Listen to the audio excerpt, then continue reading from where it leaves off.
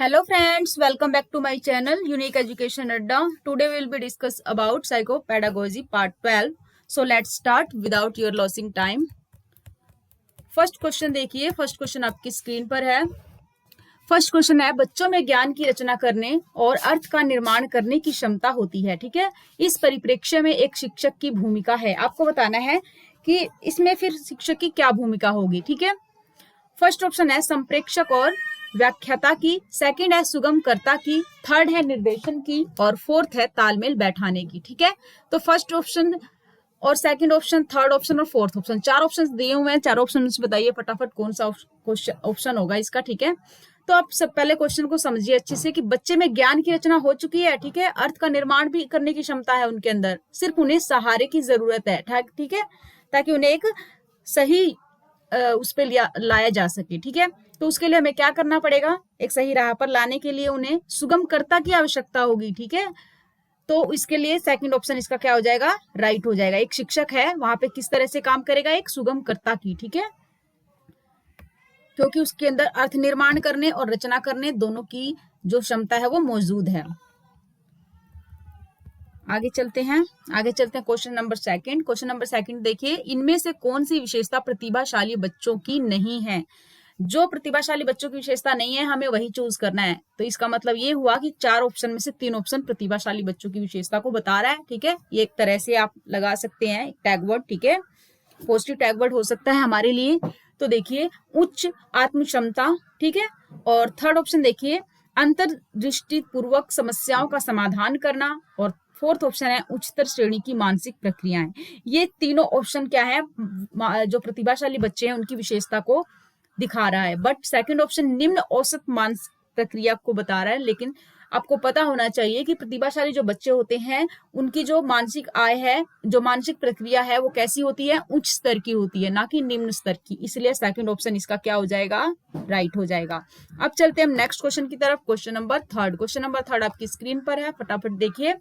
Question number third में कह रहा है, कोलबर्ग के सिद्धांत के पूर्व परंपरागत स्तर के अनुसार जो कोई नैतिक निर्णय लेते समय एक व्यक्ति निम्नलिखित में से किस तरफ प्रवृत्ति होगा। ठीक है, आपको ये बताना है किस तरफ प्रवृत्त होगा।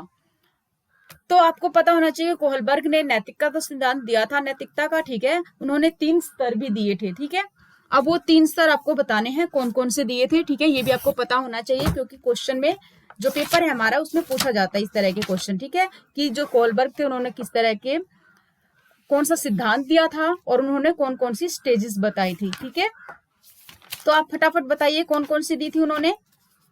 तो देखिए इन्होंने 3 स्तर दिए थे। ठीक है, कौन कौन से दिए थे, पहला था pre conventional stage, conventional stage, और थर्ड जो है वो था पोस्ट कन्वेंशनल स्टेज। ठीक है, उनमें से जो फर्स्ट है वो है प्री कन्वेंशनल स्टेज यानी पूर्व परंपरागत स्तर। ठीक है, और पूर्व परंपरागत स्तर, और सेकंड कौन सा था, परंपरागत स्तर। ठीक है, और जो थर्ड थी वो कौन सी थी, फटाफट बताइए। थर्ड वही थी पोस्ट कन्वेंशनल स्टेज। ठीक है, यानी कि उत्तर परंपरागत अवस्था, यही 3 दी थी ना उन्होंने। तो हमें बतानी है अब इसमें पूर्व परंपरागत स्तर कौन सी है। ठीक है, पूर्व परंपरागत स्तर में उन्होंने क्या बताया था आपको पता होना चाहिए सबसे पहले। तो देखिए जो पूर्व परंपरागत स्तर था उसके अंदर उन्होंने आज्ञा और दंड की अवस्था को माना था और एक अहंकार की अवस्था को माना था। ठीक है, 2 तरह की अवस्थाओं में उन्होंने इसको बांटा था।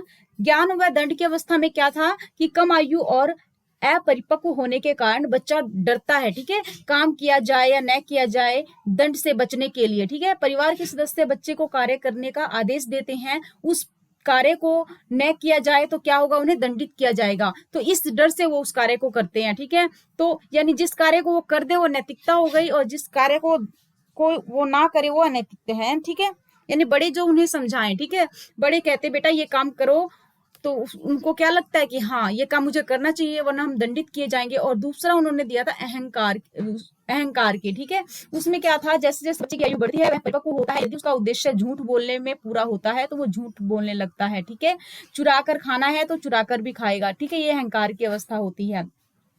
तो देखिए इससे आपको ये पता चलता है कि जो उनमें नैतिकता आती है ना, वो नैतिकता कैसे आएगी, डर से आएगी। ठीक है, इसमें उन्हें खुद में उनमें कोई नैतिकता नहीं होती है। ठीक है, जब बच्चे जो बड़े होते हैं वो उन्हें समझाएंगे कि हाँ बेटा ये काम करना चाहिए और ये काम गलत है, ये काम ठीक है। तो जो काम उनके बड़ों के लिए ठीक है वो उसको कहेंगे हाँ ये नैतिकता है, और जो काम गलत है बड़ों की नजर में वो अनैतिक मानते हैं। बस उन्हें इतना ही इसकी परिभाषा उनको पता होती है। ठीक है, तो चलिए हमने बहुत ज्यादा ही बता दिया कोहलबर्ग के बारे में, और ये जानना भी जरूरी था, तभी आप इस टॉपिक को समझ पाएंगे। ठीक है, तो अब हम चलते हैं टॉपिक क्वेश्चन की तरफ।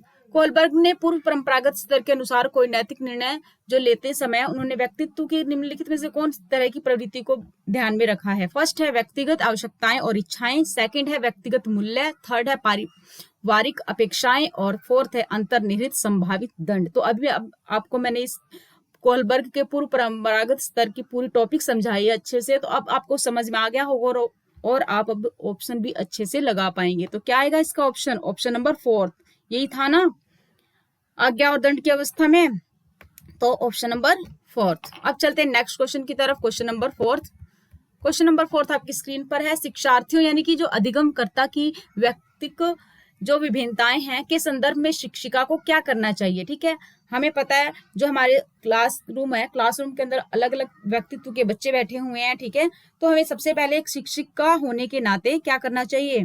हमें पहले ये ध्यान देना चाहिए कि जो उनका व्यक्तित्व है, प्रत्येक बच्चे का व्यक्तित्व सभी को पता है अलग अलग होता है। ठीक है, उनमें थोड़ी बहुत इंडिविजुअल डिफरेंसेस पाई जाती है। ठीक है, तो पहले हमें उस इंडिविजुअल डिफरेंस को समझना जरूरी है। ठीक है, तभी हम उन्हें समझ पाएंगे, क्योंकि अगर हम क्लास में तो कोई टॉपिक करा रहे हैं तो सबसे पहले उस टॉपिक को कराने से पहले हमें ये देखना पड़ेगा कि कौन से बच्चे किस मेथड से बहुत जल्दी समझेंगे और कौन से बच्चों को अलग मेथड से कराने की जरूरत है, क्योंकि इंडिविजुअल डिफरेंसेस है, अभी आपको मैंने बताया, इसलिए इस चीज को पहले ध्यान देना पड़ेगा। तो ऑप्शन पे देखिए, निगमनकर्ता पद्धति के आधार पर समस्याओं का समाधान करना। सेकंड कह रहा है कलन विधि यानी एल्गोरिथम का अधिकतर प्रयोग करके याद करने के लिए शिक्षार्थियों को तथ्य उपलब्ध कराना। और फोर्थ ऑप्शन है विविध प्रकार की अधिगम परिस्थितियों को उपलब्ध कराना। तो देखिए मैंने अभी क्या बताया कि शिक्षिका होने के नाते हमें पहले उनके व्यक्तित्व को समझना जरूरी है। तो फोर्थ ऑप्शन में यही कह रहा है कि विविध प्रकार की अधिगम परिस्थितियां, ठीक है, जिस प्रकार का बच्चा है उसे उसी तरह का अधिगम कराना चाहिए, उसी प्रकार से अलग अलग मेथड यूज करके उन्हें अधिगम को कराना चाहिए। ठीक है, उसी प्रकार की अधिगम परिस्थितियां उत्पन्न करनी चाहिए। सो फोर्थ ऑप्शन इज राइट। अब चलते हैं नेक्स्ट क्वेश्चन की तरफ। क्वेश्चन नंबर 5, क्वेश्चन नंबर 5 आपकी स्क्रीन पर है। निम्नलिखित में से कौन सा बाल विकास का एक सिद्धांत नहीं है? निम्नलिखित में से कौन सा बाल विकास का एक सिद्धांत नहीं है? फटाफट बताइए, 4 ऑप्शन आपके सामने हैं। फर्स्ट ऑप्शन है विकास के सभी क्षेत्र महत्वपूर्ण हैं। सेकंड है सभी विकास के परिपक्वता अनुभव की अंतःक्रिया का परिणाम होते हैं। और थर्ड कह रहा है कि सभी विकास तथा अधिगम एक समान गति से आगे बढ़ते हैं। फोर्थ ऑप्शन है सभी विकास एक क्रम का पालन करते हैं। तो देखिए विकास के सभी क्षेत्र महत्वपूर्ण हैं, बिल्कुल हैं, ठीक है, ये बाल विकास का सिद्धांत है। सभी विकास परिपक्व और अनुभव के अंतरक्रिया का निर्माण करते हैं, ये भी ठीक है। सभी विकास एक क्रम का पालन करते हैं, ये भी ठीक है, क्योंकि एक क्रम में ही एक बच्चा जो है स्टेज बाय स्टेज एक विकास उस बच्चे में विकास होता है। थर्ड ऑप्शन गलत होगा, क्यों होगा? क्योंकि सभी विकास और अधिगम एक समान गति से आगे नहीं बढ़ते हैं, ठीक है, लेकिन यहाँ लिखा हुआ है कि एक समान गति से आगे बढ़ते हैं, इसलिए थर्ड ऑप्शन इज राइट। अब चलते हैं नेक्स्ट क्वेश्चन की तरफ। क्वेश्चन नंबर 6, क्वेश्चन नंबर 6 आपकी स्क्रीन पर है। देखिए निम्नलिखित में से कौन सा आकलन करने का सर्वाधिक उपयुक्त तरीका है? ठीक है, आकलन करने का बताना है हमें, ठीक है, कि सबसे उपयुक्त तरीका कौन सा है। फर्स्ट ऑप्शन है आकलन शिक्षण अधिगम में अंतर्निहित प्रक्रिया है। सेकंड, आकलन जो है एक शैक्षणिक सत्र में 2 बार करना चाहिए, शुरू में और अंत में। ये बिल्कुल गलत हो जाएगा, ठीक है, क्योंकि हमें शुरू और अंत में करने से हमें पता नहीं चलेगा कि बच्चे में क्या कमी रही, ठीक है, उनने क्या सीखा और क्या नहीं सीखा। आकलन शिक्षण के द्वारा नहीं बल्कि एक बाह्य एजेंसी के द्वारा कराना चाहिए, ये भी गलत है, क्योंकि बच्चे के बारे में पूरी तरह से अच्छे से समझ एक शिक्षक ही बता सकता है, ठीक है, कि उसमें क्या कमी है, इसलिए बाह्य एजेंसी से कराने का कोई फायदा नहीं है। आकलन सत्र की समाप्ति पे कराना चाहिए, ये भी गलत है, क्योंकि कभी भी जो आकलन है वो लास्ट में कराने से बच्चे में जो कमियां हैं उसका पता हम नहीं लगा पाएंगे, ठीक है, और टाइम जो लॉस होगा वो तो होगा ही।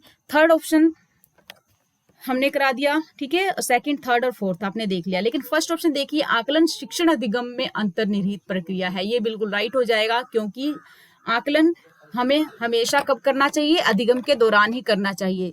मान लीजिए हमने थोड़ा सा कोई टॉपिक कराया, उस टॉपिक का तुरंत उस बच्चों से फीडबैक ले लिया कि ताकि हमें पता चल जाए कि बच्चों में कितनी समझ क्षमता उनकी बढ़ी है या नहीं बढ़ी है, उन्हें समझ में आया या नहीं आया। ठीक है, इससे टाइम तो लॉस नहीं होगा हमारा, ठीक है, टाइम की बचत होगी और प्लस में हमें तुरंत के तुरंत फीडबैक प्राप्त हो जाएगा। इसलिए फर्स्ट ऑप्शन इज राइट। अब चलते हैं नेक्स्ट क्वेश्चन की तरफ। Question number 7। क्वेश्चन नंबर 7 आपकी स्क्रीन पर है। निम्नलिखित में से कौन सा सृजनात्मक से संबंधित है? फर्स्ट है अभिसारी चिंतन, सेकंड है सान्वेगिक चिंतन, थर्ड है अहमवादी चिंतन और फोर्थ है अपसारी चिंतन। तो सबसे पहले आपको पता होना चाहिए कि सृजनात्मकता जो है वो अपसारी चिंतन से संबंधित है, इसलिए फोर्थ ऑप्शन इसका क्या हो जाएगा? राइट हो जाएगा, अपसारी चिंतन। ठीक है, ना कि अभिसारी चिंतन। अब चलते हैं हम नेक्स्ट क्वेश्चन की तरफ। Question number 8। क्वेश्चन नंबर 8 देखिए, बच्चों के बारे में निम्नलिखित कथनों में से किस कथन से वाइगोत्स्की सहमत हैं? ठीक है, तो सबसे पहले आपको वाइगोत्स्की के बारे में पता होना चाहिए। ठीक है, वाइगोत्स्की कौन थे? ठीक है, और उन्होंने कौन सा सिद्धांत दिया था? ठीक है, तो देखिए जो वाइगोत्स्की थे उन्होंने सामाजिक सांस्कृतिक सिद्धांत जो दिया था। ठीक है, और उन्होंने इसमें क्या बताया था ये आप ध्यान से देखिए। तो देखिए फर्स्ट ऑप्शन कह रहा है बच्चे तब सीखते हैं जब उनके लिए आकर्षक पुरस्कार निर्धारित किए जाएं। सेकंड कह रहा है बच्चों के चिंतन को तब समझा जा सकता है जब प्रयोगशाला में पशुओं पर प्रयोग किए जाएं। ठीक, थर्ड कह रहा है बच्चे जन्म से शैतान होते हैं और उन्हें दंड देकर नियंत्रित किया जाना चाहिए। फोर्थ कह रहा है कि बच्चे समवयस्कों और वयस्कों के साथ सामाजिक अंतरक्रिया के माध्यम से सीखते हैं। तो फर्स्ट, सेकंड और थर्ड जो तीनों ऑप्शंस हैं ये बिल्कुल भी वाइगोत्स्की के सिद्धांत से लिंक नहीं रखते हैं, बट फोर्थ ऑप्शन में कह रहा है कि बच्चे समवयस्कों यानी कि उनसे संबंधित उनके हम उम्र जो वयस्क हैं उनकी बात कर रहा है, प्लस में जो उनसे बड़े जो बुजुर्ग लोग हैं उनकी बात कर रहा है। ठीक है, उनके साथ जब सामाजिक अंतरक्रिया करते हैं, उनके पास बैठते उठते हैं, उनकी बातों को सुनते हैं, उनके माध्यम से जो वे सीखते हैं। ठीक है, तो वो चीज क्या कह रहा है कि वाइगोत्स्की के सिद्धांत से रिलेटेड है, इसलिए फोर्थ ऑप्शन इसका क्या हो जाएगा? राइट हो जाएगा। अब चलते हैं नेक्स्ट क्वेश्चन की तरफ। Question number 9।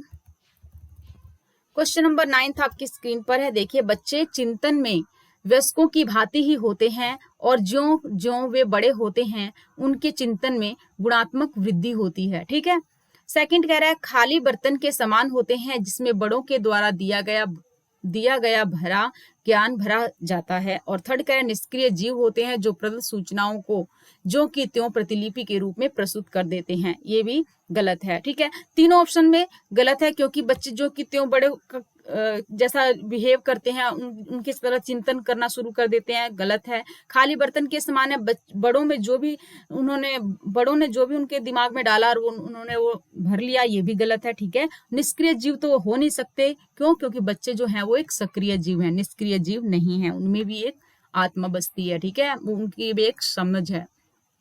और फोर्थ ऑप्शन कह रहा है कि बच्चे जिज्ञासु प्राणी होते हैं, बिल्कुल होते हैं, जो अपने चारों ओर की जगत को खोजने के लिए अपने ही तर्कों और क्षमताओं का उपयोग करते हैं। ठीक है, तो आपको अच्छे से समझ में आ गया होगा। ठीक है, इसलिए फोर्थ ऑप्शन इसका क्या हो जाएगा? राइट हो जाएगा। अब चलते हैं नेक्स्ट क्वेश्चन की तरफ। Question number 10। क्वेश्चन नंबर 10 आपकी स्क्रीन पर है, फटाफट देखिए। क्वेश्चन नंबर 10 में क्या कह रहा है? बच्चों की त्रुटियों के बारे में निम्नलिखित में से कौन सा कथन सत्य है? सत्य बताना है त्रुटियों से संबंधित। बच्चों की त्रुटियां उनके सीखने की प्रक्रिया का ही एक अंग होती है। ठीक है, बच्चे तब त्रुटियां करते हैं जब शिक्षक सभ्य हो और उन्हें त्रुटियां करने पर दंड न देता हो। ये गलत है क्योंकि त्रुटियों के लिए दंड तो नहीं देना है, ठीक है, लेकिन उन त्रुटियों से नेक्स्ट टाइम वे त्रुटियां ना करें, इससे बचाने के लिए कुछ उपाय तो करने चाहिए ना, इसलिए ये भी ऑप्शन नहीं होगा। आगे कह रहा है कि बच्चों की त्रुटियां शिक्षक के लिए महत्वहीन हैं। ठीक है, और उन्हें चाहिए कि काट दे और उस पर अधिक ध्यान न दे। ये भी गलत है क्योंकि बच्चे ने अगर त्रुटि की है तो उसे समझना होगा कि बच्चे ने ये त्रुटि क्यों की है, क्या उसे समझ नहीं आया टॉपिक या उसने ध्यान नहीं दिया। ठीक है, इसलिए हम ये भी ऑप्शन नहीं लेंगे। फोर्थ ऑप्शन कह रहा है असावधानी के कारण बच्चे त्रुटियां करते हैं। ये जरूरी नहीं है, हो सकता है बच्चे को वो टॉपिक समझ ही ना आया हो, इसलिए फर्स्ट ऑप्शन इसका राइट हो जाएगा। बच्चों की त्रुटियां उनके सीखने की प्रक्रिया का ही एक अंग होती हैं, क्योंकि बच्चे अगर त्रुटि नहीं करेंगे तो वे सीखेंगे कैसे? ठीक है, त्रुटि करके ही बच्चे सीखते हैं। अब चलते हैं, हाँ तो देखिए 1 से 10 तक हमने ये आज करवाया टॉपिक। ठीक है, और कल हम फिर नेक्स्ट 10 क्वेश्चंस कराएंगे। आशा है आपको ये अच्छे से क्वेश्चन समझ में आ गए होंगे। ठीक है, tomorrow will be discuss about next pedagogy part 13। Okay, thank you. Please like subscribe this channel. Thank you.